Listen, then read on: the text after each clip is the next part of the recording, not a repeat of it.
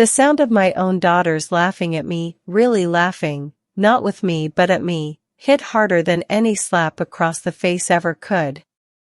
There I stood, barbecue sauce staining my favorite apron, holding a platter of burnt hamburgers like some kind of offering to daughters who saw me as nothing more than a joke.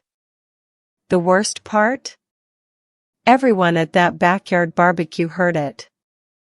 Every neighbor, every friend, every person I'd spent 40 years trying to impress in this little town. And that laughter, sharp, cruel, echoing off the fence posts, that's the moment I realized my own flesh and blood had been waiting years to humiliate me. But what happened the next day? Well, that's when they learned exactly who they were dealing with. Before I begin, I want to mention that the Mama True Story channel is having a $200 giveaway to celebrate our subscribers. I can hardly believe so people are interested in this old lady's stories. To participate, it's simple. Subscribe to the channel, hit the notification bell, like this video, and leave a comment telling me where you're watching from, a little about yourself, or share a beautiful story. I'd love to know who you are. Now, let's get back to my story. Let me back up and tell you how a woman like me, Dorothy Mae Jenkins, 68 years old, widow of 3 years, mother of 2 ungrateful daughters, ended up standing in her own backyard feeling smaller than a bug under a magnifying glass. It started as such a beautiful Saturday morning.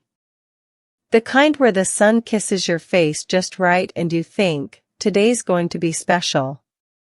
I'd been planning this barbecue for weeks. Not just any barbecue, mind you, but the first big gathering since my Harold passed. I wanted to show everyone, especially my daughters, Linda and Susan, that I was doing just fine on my own, thank you very much. I'd cleaned that house until it sparkled. Bought the finest cuts of meat from Thompson's butcher shop, even though it cost me half my Social Security check. I planted new flowers, painted the back fence, and even learned how to work Harold's old grill. My arthritic hands struggled with that heavy metal beast, but I was determined. Linda arrived first with her perfect husband Tom and their 2 teenagers who barely looked up from their phones to grunt hello. Susan came next, designer purse swinging, already complaining about the heat ruining her hair. Neither of them offered to help. They just stood there, sipping the lemonade I'd squeezed by hand, talking about their important jobs and expensive vacations while I sweated over that grill. Then the neighbors started arriving. The Millers from next door, the young couple from the corner house, even old Mrs. Patterson who never comes to anything. My heart swelled. This was working. That's when the first burger caught fire. I rushed to flip it, my reading glasses sliding down my nose, sweat beading on my forehead. The spatula slipped. The burger fell between the grates. Then another one started burning. And another. Mom, what are you doing? Linda's voice cut through the chatter. And that's when it happened. That laughter. High and sharp and mean. Susan joined in, then Linda, then even Tom was chuckling behind his beer. But what none of them knew was that their cruel laughter had just awakened something in me that had been sleeping for far too long. I stood there in my own kitchen at midnight, Harold's old baseball bat gripped in my trembling hands, staring at the family photo on my refrigerator where Linda and Susan smiled back at me with fake, frozen grins. The rage coursing through my 70-year-old body felt hot enough to burn the whole house down. They had no idea what they'd unleashed with their cruelty. None of them knew about the phone call I'd just made, or the documents I'd been hiding in Harold's old toolbox for 3 years. By morning, those laughing daughters of mine would learn that underestimating Dorothy Jenkins was the biggest mistake of their entitled lives. But let me tell you what happened after that barbecue disaster, because the humiliation was far from over. After everyone witnessed my daughters treating me like some doddering old fool, the neighbors started that awkward shuffle people do when they want to escape. The Millers mumbled something about an early morning and practically ran home. Mrs. Patterson patted my arm like I was a sick dog and whispered, "There, dear," which somehow made everything worse. Linda and Susan didn't even stay to help clean up. Linda announced she had to get the kids home for their structured evening routine, whatever the hell that meant. Susan checked her phone and said she had dinner plans with important clients. They both kissed my cheek with the same cold politeness they'd give a stranger, leaving me standing there with a yard full of paper plates and the smell of burnt meat hanging in the air like shame itself. I spent 2 hours cleaning up alone. Every crumpled napkin, every abandoned beer bottle, every piece of evidence that I'd tried so hard and failed so miserably. My back ached something fierce, but I kept going. That's what we Jenkins women do, we clean up our own messes, even when other people make them worse. But it was while I was scraping congealed barbecue sauce off the picnic table that I heard it. Voices carrying over the back fence from Linda's house next door. Her kitchen window was open, and sound travels funny at night. Completely embarrassing, Tom. I can't believe she thought she could handle hosting anything. Your sister's right, came Susan's voice. She must have stopped by after her fancy dinner. Mom's losing it. Did you see her fumbling with that grill? It's time we had a serious conversation about alternatives. Alternatives? That was Linda again. You know. Assisted living. Selling the house. She can't keep pretending she's capable of independent living. Not after tonight. I dropped that scraper right on my foot. Assisted living? Selling my house? The house Harold and I built with our own hands 43 years ago? That's when something inside me snapped clean in two. And that's when I remembered Harold's secret, the one that was about to change everything.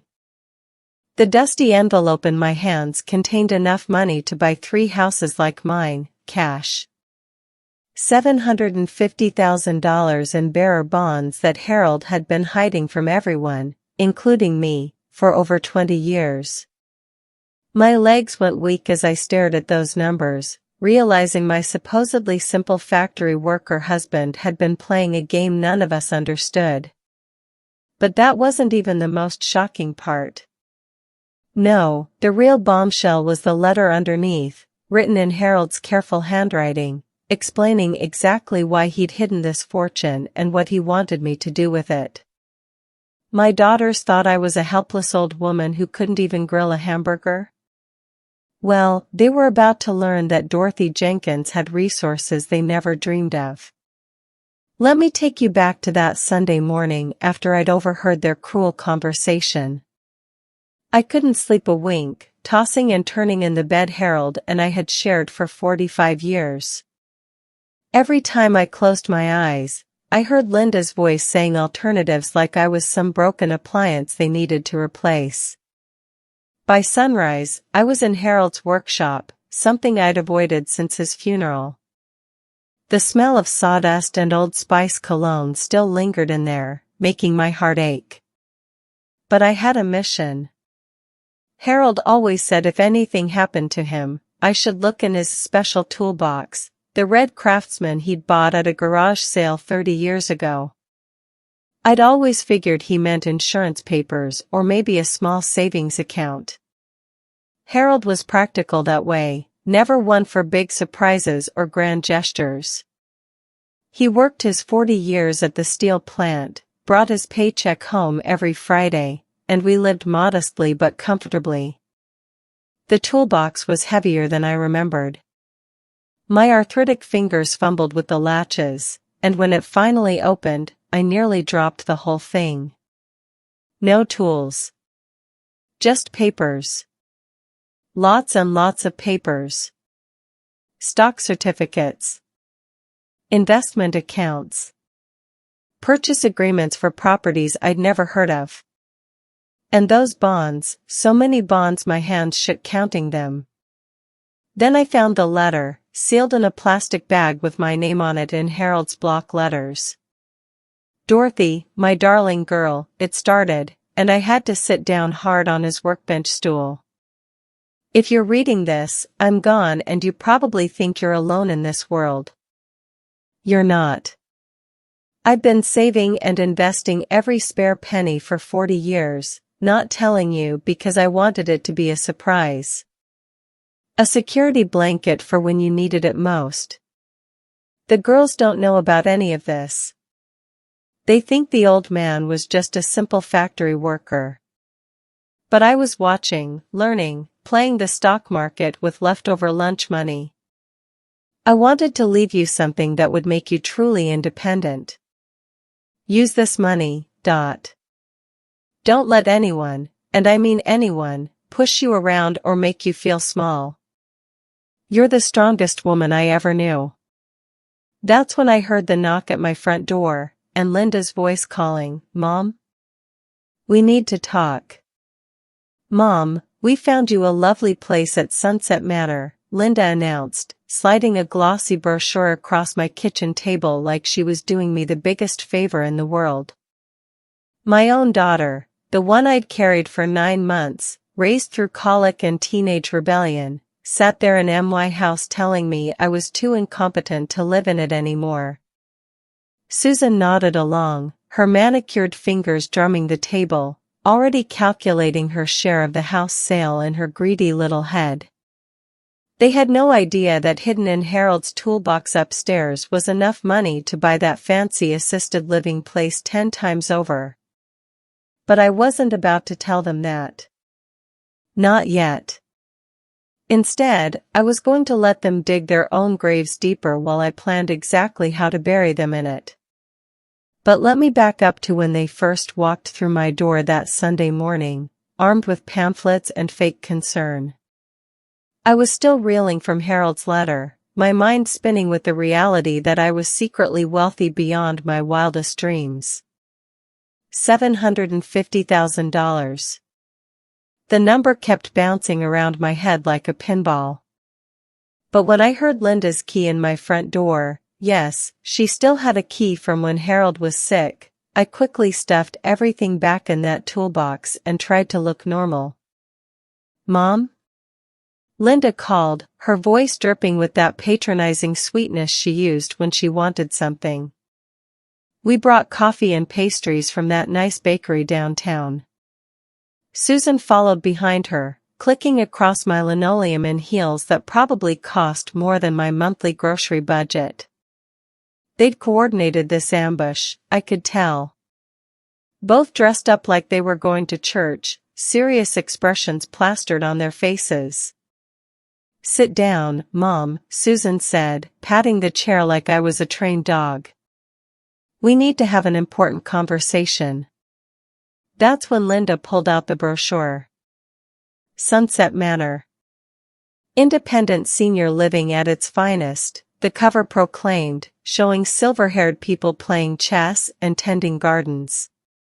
Like some kind of prison with flowers.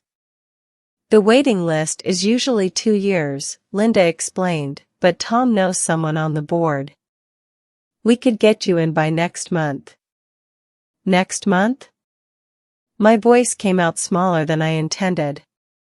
And don't worry about the house, Susan chimed in. The market's hot right now. We could probably get 300,000, maybe more. Split 3 ways, that gives us each. Split 3 ways? I interrupted. This is my house. They exchanged one of those looks. The kind that said poor old Mom doesn't understand reality anymore. Of course, Mom, Linda said in that voice you'd use with a confused child. But you'll need the money for care, and Susan and I deserve something for all we've done." All they'd done? Like laughing at me yesterday wasn't enough?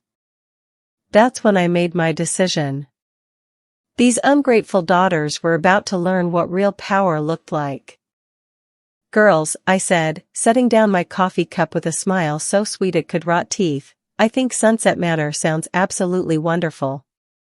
In fact, I'm so excited about this fresh start that I've decided to celebrate by making some changes of my own." Linda and Susan beamed at each other like they'd just won the lottery, which, in their greedy minds, they had. But what they didn't know was that 30 minutes earlier, I'd made a phone call to Harold's old lawyer friend, Pete Morrison. And in exactly 1 hour, Pete would be knocking on my door with papers that would wipe those smug smiles right off their faces. You see, my sweet daughters had forgotten one tiny detail. This house wasn't just mine, it was in a family trust that Harold set up years ago. And I was about to remind them exactly what that meant. Let me tell you what happened after I made that life-changing decision to fight back. The moment they started dividing up my house like vultures picking over roadkill, something in me snapped into focus. Years of being the quiet, accommodating mother melted away, and for the first time since Harold died, I felt truly alive. "You know what?" I said, interrupting Susan's calculations about real estate commissions. "I need a moment to process all this wonderful news. Why don't you girls go powder your noses while I make us some fresh coffee?" They practically skipped to the bathroom, whispering and giggling like schoolgirls who'd just pulled off the perfect prank. The moment I heard that door close, I grabbed the phone. Pete Morrison had been Harold's best friend since high school. They'd served in Vietnam together, worked at the plant together, and Pete had handled all our legal work for decades. If anyone knew the real story about Harold's arrangements, it was Pete. "Dorothy?" His gravelly voice was warm with surprise. "Honey, how are you holding up?" "Pete, I need to ask you something important about the house papers Harold signed before he died. That family trust thing." There was a pause. "You mean the irrevocable family trust? The one where Harold made you the sole trustee with complete control over distribution?" My heart started racing. "What exactly does that mean?" "It means, darling, that house can never be sold without your written permission. And if you choose to disinherit anyone from the trust, well, they get nothing. Harold was very specific about protecting you from anyone who might try to take advantage." I nearly dropped the phone. Harold, my brilliant Harold, had been protecting me even from beyond the grave. "Pete, can you come over today? I think it's time my daughters learned about some family business they've forgotten." An hour later, Pete Morrison walked through my front door carrying a briefcase full of documents that would change everything. Linda and Susan were still at my kitchen table, already planning their inheritance party. They had no idea their party was about to be cancelled. The color drained from Linda's face so fast I thought she might faint right there at my kitchen table. Susan's mouth opened and closed like a fish gasping for air as Pete Morrison spread those official documents across the surface, each paper stamped with legal seals that spelled out the death of their greedy dreams. "I'm sorry, what did you just say?"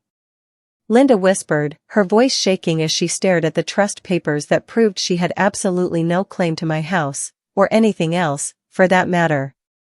Pete adjusted his glasses and repeated the words that hit my daughters like a sledgehammer. "Your father placed everything in an irrevocable trust with your mother as sole trustee. She can distribute assets as she sees fit, or choose not to distribute them at all." But the real knockout punch was still coming, because Pete hadn't yet mentioned the codicil Harold had added just 6 months before he died, the one about unworthy heirs. Let me paint you the picture of what happened when Pete walked into my kitchen with that briefcase full of justice. Linda and Susan were still giggling over their coffee, already planning how they'd stage my house for maximum sale price. Linda was saying something about updating the kitchen to appeal to young buyers when Pete knocked. "Mom, who's that?" Susan asked, annoyed at the interruption. "Just an old friend of your father's," I said, opening the door with the biggest smile I'd worn in years. "Pete Morrison. You girls remember Pete, don't you?" Their faces fell. Everyone in town knew Pete Morrison, the toughest lawyer within 50 miles, the one who'd never lost a case that mattered. He'd handled Harold's affairs for decades, and seeing him at my table with official papers could only mean one thing: trouble. "Ladies," Pete said, settling his large frame into Harold's old chair. "Your mother asked me to clarify some legal matters regarding your father's estate." He opened that briefcase like he was revealing treasure, which in a way, he was. The first document he laid down was thick, official, and covered in Harold's careful signature. This house, along with all other family assets, was placed in an irrevocable family trust in 1998, Pete began. "Your mother is the sole trustee with complete discretionary power." Linda's fork clattered to her plate. "What does that mean exactly?" "It means," Pete continued, his voice steady as granite, "your mother owns everything outright. The house cannot be sold, transferred, or distributed without her express written consent." Susan leaned forward. "But surely we're beneficiaries." "That depends," Pete interrupted, pulling out another document. Harold added a codicil 6 months before he passed. "Any heir who attempts to force, coerce, or manipulate the trustee into unwilling distribution immediately forfeits all claims to the trust." The silence in that kitchen was so complete you could hear my old refrigerator humming. Both daughters stared at those papers like they were death sentences. Because in a way, they were. Susan launched herself across my kitchen table like a wildcat, papers flying everywhere as she screamed, "You can't do this to us. We're your daughters." Her perfectly styled hair came undone, her designer mascara running down her cheeks in black streaks as she clawed at those legal documents like she could tear up the truth itself. Linda wasn't much better. She'd started hyperventilating into a paper bag, gasping between sobs about the mortgage and private school tuition and how this would ruin everything. But the most beautiful part? Pete Morrison just sat there calm as a lake, watching my spoiled daughters finally face consequences for the first time in their entitled lives. And me? I sipped my coffee and realized that for the first time since Harold died, I felt truly, completely at peace. But let me tell you how we got to that glorious moment of their complete breakdown. The seconds after Pete finished explaining Harold's codicil stretched like taffy. I watched understanding dawn on their faces, first confusion, then disbelief, then the slow, horrible realization that their greed had cost them everything. Linda was the first to crack. "There has to be a mistake," she whispered, her hand shaking as she reached for the papers. "Daddy wouldn't, he loved us." "He did love you," Pete said gently. "That's why he protected your mother from exactly this situation." "What situation?" Susan's voice was getting shrill. "We were trying to help her." "By selling her house without her consent?" Pete raised an eyebrow. "By planning to commit her to assisted living against her wishes? That's your definition of help?" Susan's face went red. "She can't take care of herself. Look at yesterday's disaster." That's when I finally spoke up. "Yesterday's disaster was burnt hamburgers, Susan. Today's disaster is finding out my daughters think so little of me they'd steal my home." "Steal?" Linda jumped up so fast her chair tipped over. "We were going to give you part of the money." "How generous," I said dryly. "Giving me part of my own money from selling my own house to pay for a prison I don't want to live in." That's when Susan completely lost it. She started grabbing at the papers, sobbing about how unfair it all was, how they'd been counting on the inheritance, how this would ruin their financial plans. Linda collapsed back into her chair, hyperventilating. "The second mortgage. Jimmy's college fund, we already spent." She couldn't finish the sentence. "Already spent what?" Pete asked sharply. "We took out loans," Linda whispered. "Against our inheritance. We were so sure. Pete and I exchanged glances. They'd borrowed against money that was never theirs to begin with. The hole they'd dug was even deeper than I'd imagined. Well, I said, standing up and smoothing my apron, I guess that teaches you not to count your chickens before they hatch. But I wasn't done with them yet. Not by a long shot. Oh, and girls, I said, pulling Harold's second letter from my apron pocket like I was about to read them a grocery list, there's something else your father wanted you to know. The paper crackled in the sudden silence as both daughters looked up from their tear-stained faces, probably hoping for some miracle that would save them from financial ruin. But Harold's final message wasn't mercy, it was judgment.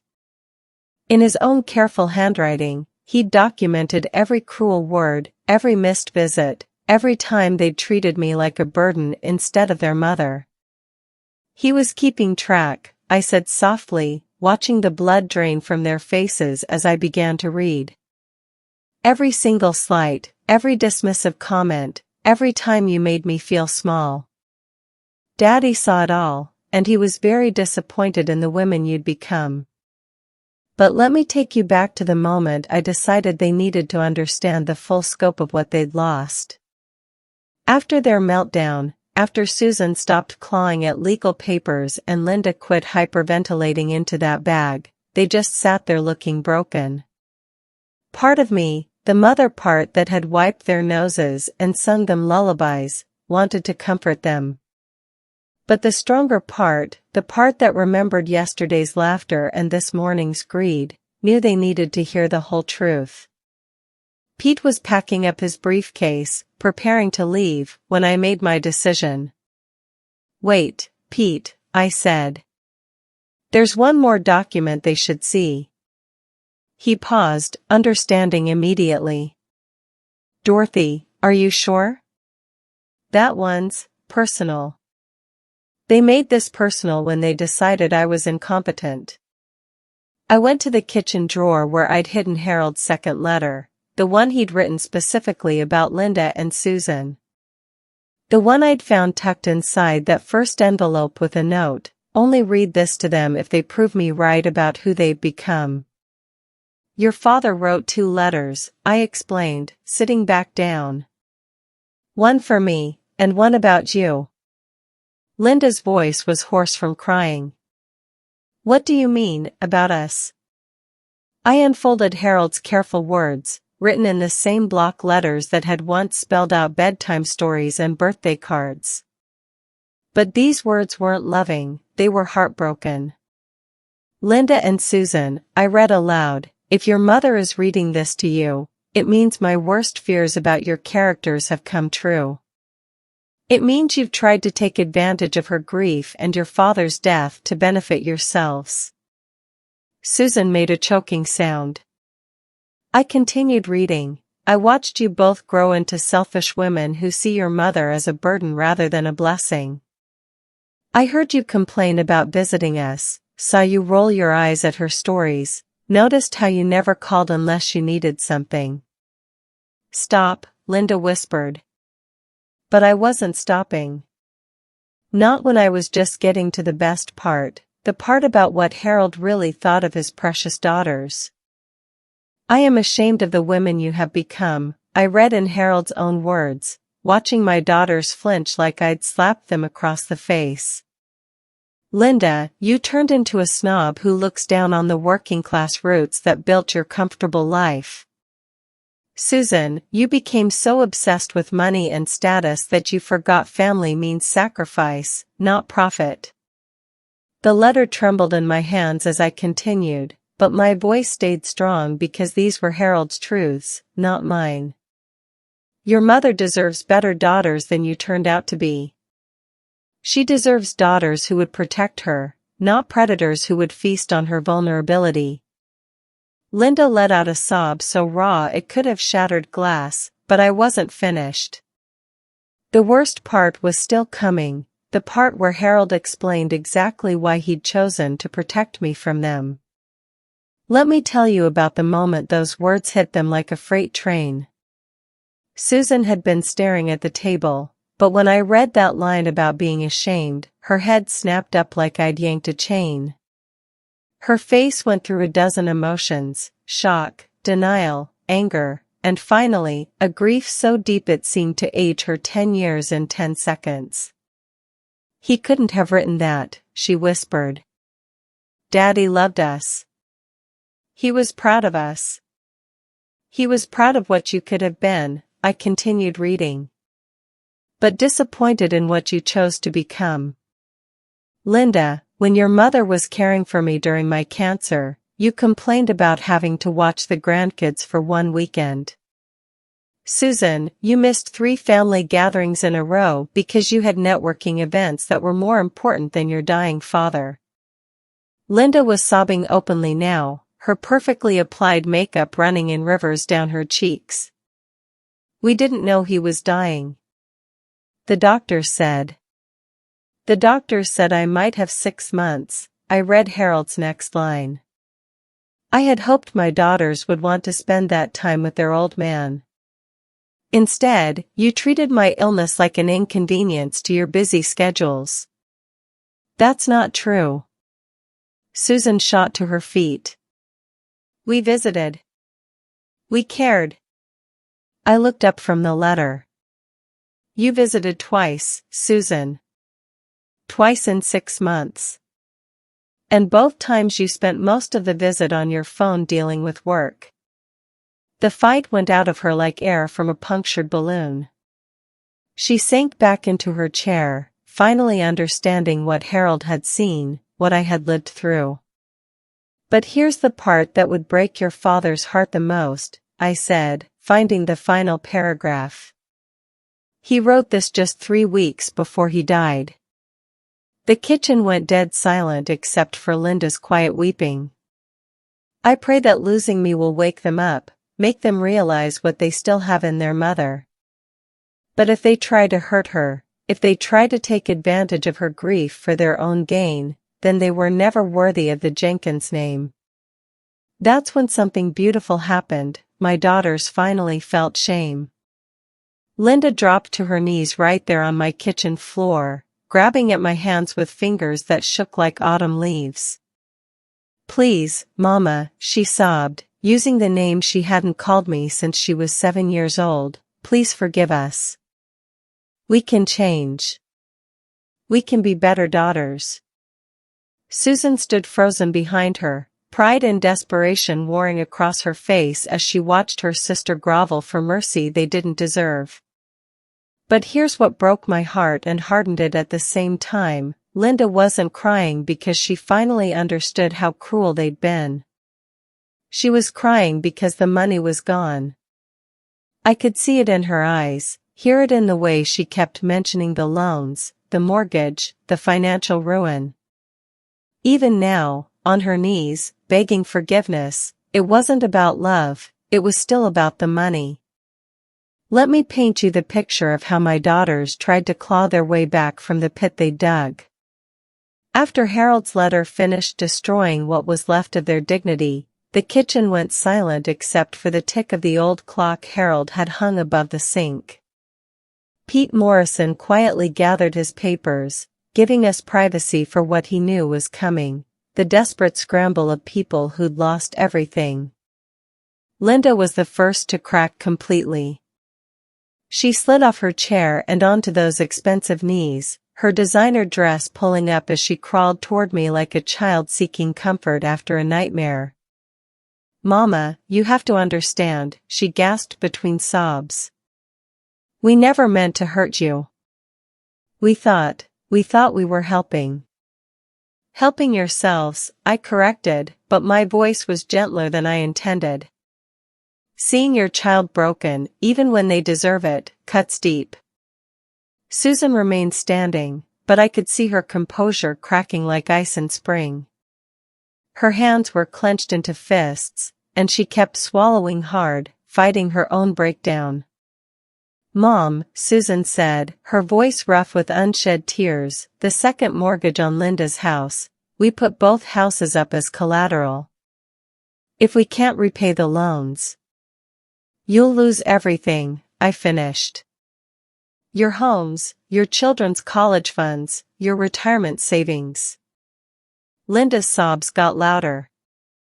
The kids, where will the kids go to school? How will we tell them we lost everything because we were greedy and stupid? Part of me, the mother who'd kissed their scraped knees and chased away their nightmares, wanted to fix this. Wanted to pull out Harold's secret and make everything better like I always had.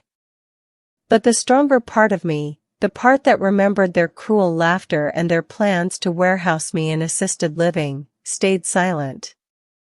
You made these choices, I said quietly. You decided I was incompetent. You decided my house was yours to sell. You decided to borrow against money that was never yours. But we're your daughters. Susan finally exploded, tears flowing freely now. Yes, I said, standing up and smoothing my apron. That's what makes this so heartbreaking.